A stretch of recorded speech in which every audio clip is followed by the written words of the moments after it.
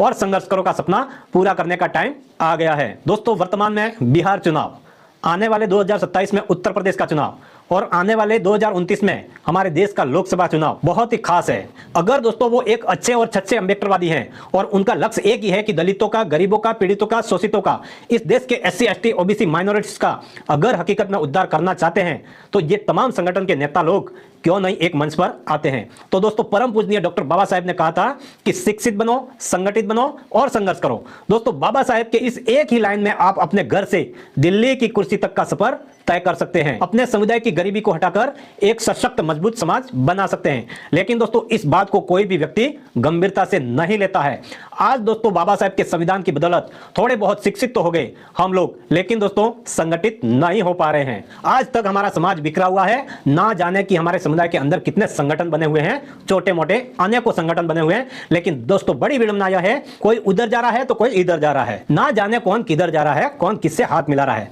नेता मौज मस्ती में वाहवाही लुटवा रहे हैं और गरीब जनता मार खा रही है। और दोस्तों, इसी का फायदा ये मनवादी सरकारें उठाती हैं और बार बार सत्ता पर काबिज होती हैं। अब दोस्तों समय आ गया है कि आपको सतर्क होना होगा। ये लोग आपको बहलाते हैं, फुसलाएंगे और अपना वोट लेने का काम करेंगे, लेकिन आपको सतर्क रहना होगा, नहीं तो ये मनवादी चोस के लोग फिर से कामयाब हो जाएंगे। और ये लोग यही चाहते हैं कि ये लोग संगठनों में बिखरे रहें। लेकिन दोस्तों, अपने इन मंद बुद्धि के नेताओं को समझ ही नहीं आती है कि अपना लक्ष्य एक है, दुश्मन एक है, तो रास्ते अनेक क्यों। पहले तो दोस्तों, ये बहुजन समुदाय के जितने भी नेता हैं उनको जिस भाषा में समझे उनको उस भाषा में समझाना होगा और एक मंच पर लाना होगा।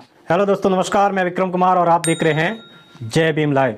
दोस्तों, एक बार फिर से मैं आप सभी दर्शकों का हार्दिक स्वागत करता हूं। दोस्तों, जब आप हमारे देश और राज्यों में सरकार मनुस्मृति वालों की बनाओगे और संविधान को पूर्ण रूप से लागू कराने की बात करोगे, तो दोस्तों आप कहां तक उम्मीद कर सकते हो कि आपकी बात को मानी जाएगी। हालांकि दोस्तों, जिसकी जितनी संख्या भारी उसकी उतनी हिस्सेदारी होना चाहिए था, लेकिन दोस्तों ऐसा कुछ भी नहीं है। और क्यों नहीं हो रहा है? इस देश के SC ST OBC लोग क्या कर रहे हैं? क्यों नहीं अपनी सरकार बना लेते हैं? क्यों नहीं केंद्र में अपना प्रधानमंत्री बना लेते हैं?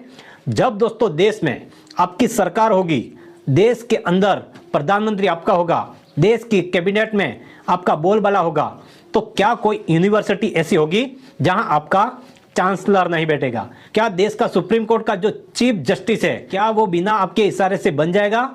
तो दोस्तों मैं समझता हूं कभी नहीं। तो दोस्तों, हमारा जो फेलियर है वो सामाजिक लेवल पर भी है और राजनीतिक लेवल पर भी है, और इस फेलियर के कारण हम हर लेवल पर फेल होते जा रहे हैं। दोस्तों, हमारे देश को आजाद हुए लगभग 77 साल पूरे हो गए हैं, लेकिन दोस्तों देश आजाद होने से लेकर आज तक हमारे देश भारत में आज तक एक भी दलित समुदाय का व्यक्ति प्रधानमंत्री नहीं बन सका। ऐसा क्यों?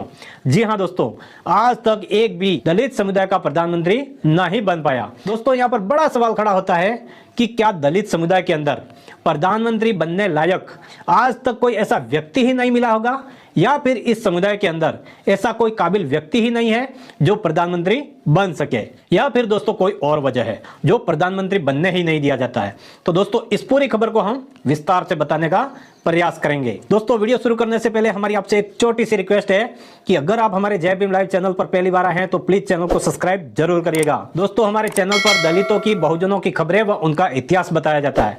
दोस्तों, आपके सब्सक्राइब करने से हमारा मनोबल बढ़ता है और हमें और काम करने की ऊर्जा मिलती है। तो चलिए दोस्तों, वीडियो को करते हैं शुरू और जानते हैं कि इसकी असली वजह क्या है। तो दोस्तों, 77 साल हो गए अपने देश को आजाद हुए, लेकिन अभी तक देश को दलित प्रधानमंत्री नहीं मिला है। क्या दोस्तों आपने कभी इस बात को गंभीरता से लिया है?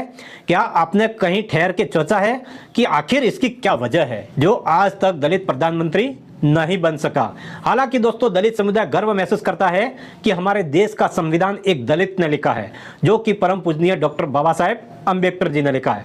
लेकिन दोस्तों, सवाल यह है कि इसके बावजूद भी आज तक प्रधानमंत्री क्यों नहीं बन पाए?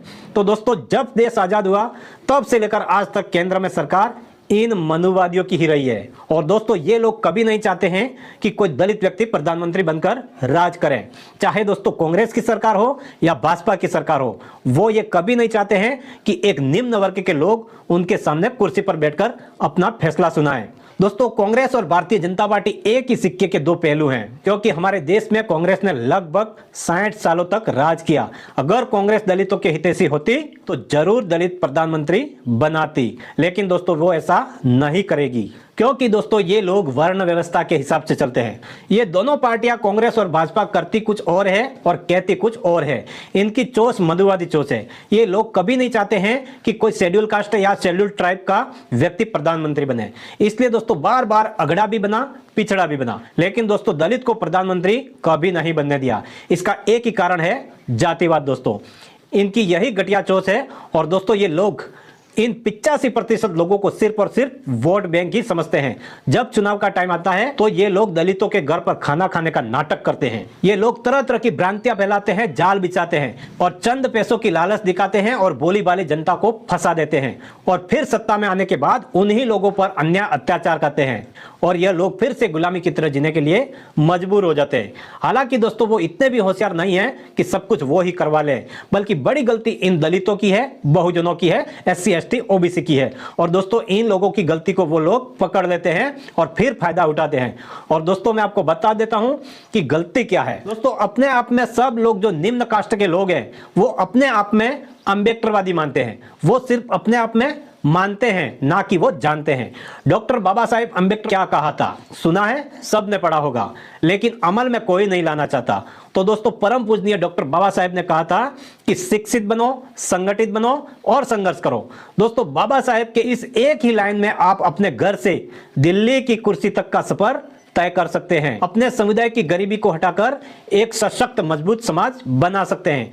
लेकिन दोस्तों इस बात को कोई भी व्यक्ति गंभीरता से नहीं लेता है।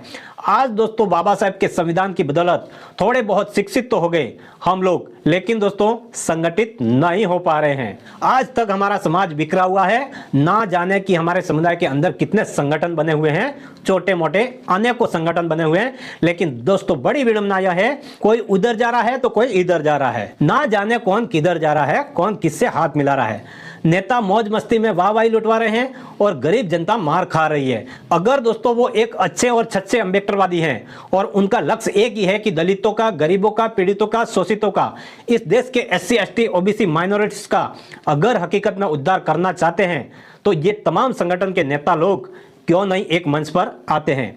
और दोस्तों इसी का फायदा ये मनुवादी सरकारें उठाती हैं और बार बार सत्ता पर काबिज होती हैं।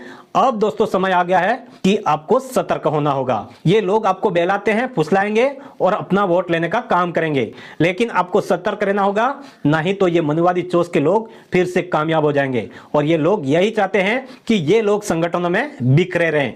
लेकिन दोस्तों अपने इन मंद बुद्धि के नेताओं को समझ ही नहीं आती है कि अपना लक्ष्य एक है, दुश्मन एक है, तो रास्ते अनेक क्यों। पहले तो दोस्तों ये बहुजन समुदाय के जितने भी नेता हैं उनको जिस भाषा में समझे उनको उस भाषा में समझाना होगा और एक मंच पर लाना होगा। अगर नहीं समझे तो उसका बहिष्कार कर दो। बहुत से दलित नेता, बहुजन नेता वंशद्रोही हैं, जात द्रोही हैं, कुल द्रोही हैं। ऐसे नेताओं को जूते से स्वागत करना चाहिए। अब दोस्तों मैं पुनः एक बार डॉक्टर बाबा साहेब अम्बेडकर जी का वो नारा याद कराता हूं कि शिक्षित बनो, संगठित बनो और संघर्ष करो का सपना पूरा करने का टाइम आ गया है। दोस्तों वर्तमान में बिहार चुनाव, आने वाले 2027 में उत्तर प्रदेश का चुनाव और आने वाले 2029 में हमारे देश का लोकसभा चुनाव बहुत ही खास है। अगर दोस्तों ये सत्ताधारी पार्टी वापस सत्ता पर आ जाती है तो बहुत कुछ बदल जाएगा। इस देश का संविधान बदल दिया जाएगा। बहुत कुछ ऐसी चीजें हैं जो बदली जाएगी। दोस्तों पहले भी इन लोगों ने कहा है कि 2024 लोकसभा चुनाव में भी कहा था कि अगर हम 400 पार आ जाएंगे तो संविधान को बदल देंगे। तो दोस्तों इनकी मानसिकता मनुवादी से भरी हुई है। तो दोस्तों आपको किसी के बहकाव में आना नहीं है। ये लोग आपको गैस 450 रुपये में देने का भी बोलेंगे, महिलाओं को 3000 रुपया महीने देने का बोलेंगे। ये लोग बेशर्म हैं, झूठ पर झूठ बोलते हैं और कहते हैं कि अगर हमारी सरकार आई तो राजस्थान में ये कर देंगे, उत्तर प्रदेश में ये कर देंगे, बिहार में ये कर देंगे, वो कर देंगे। लेकिन दोस्तों करते कुछ भी नहीं है, क्योंकि दोस्तों हमने देखा कि जहां पर बीजेपी कांग्रेस की सरकार है वहां पर ये लोग कुछ नहीं करते हैं। अगर करना होता तो वो लोग भी तो उनको वोट करके जिताया है, वहां पे क्यों नहीं करते हैं। इसलिए इनका सिर्फ ये एजेंडा है सत्ता में बने रहने का। इसलिए आप सतर्क हो जाइए। तो दोस्तों ये लोग सिर्फ झूठ पर झूठ बोलते हैं, ये बेशर्मी लोग हैं। अगर एक झूठ पकड़ा गया तो ये लोग दूसरी बार और बड़ा झूठ बोलते हैं, दूसरी बार और भी पकड़ा गया तो इससे भी बड़ा झूठ बोलते हैं तीसरी बार। इतने ये लोग बेशर्मी हैं। तो दोस्तों आपको इस बार सतर्क रहना है। बिहार चुनाव में, 2027 उत्तर प्रदेश में और 2029 लोकसभा चुनाव में अभी से उनको मुंह तोड़ जवाब देना है कि हम पागल नहीं हैं, हमको भी पता है कि संविधान कैसे बचाना है। और दोस्तों, जब तक हमारे बहुजनों में एकता नहीं आएगी सामाजिक स्तर पर और राजनीतिक स्तर पर, तब तक अन्याय, अत्याचार, शोषण होता रहेगा। तो दोस्तों, आज के लिए इतना ही। इस पूरी जानकारी के पीछे आपकी क्या राय है कमेंट में जरूर बताएं। वीडियो अच्छी लगी हो तो वीडियो को लाइक करें, अपने परिवार दोस्तों में आगे शेयर करें, चैनल को सब्सक्राइब करें। मिलते हैं नए वीडियो के साथ में, तब तक के लिए जय भीम, जय भारत, जय संविधान। धन्यवाद।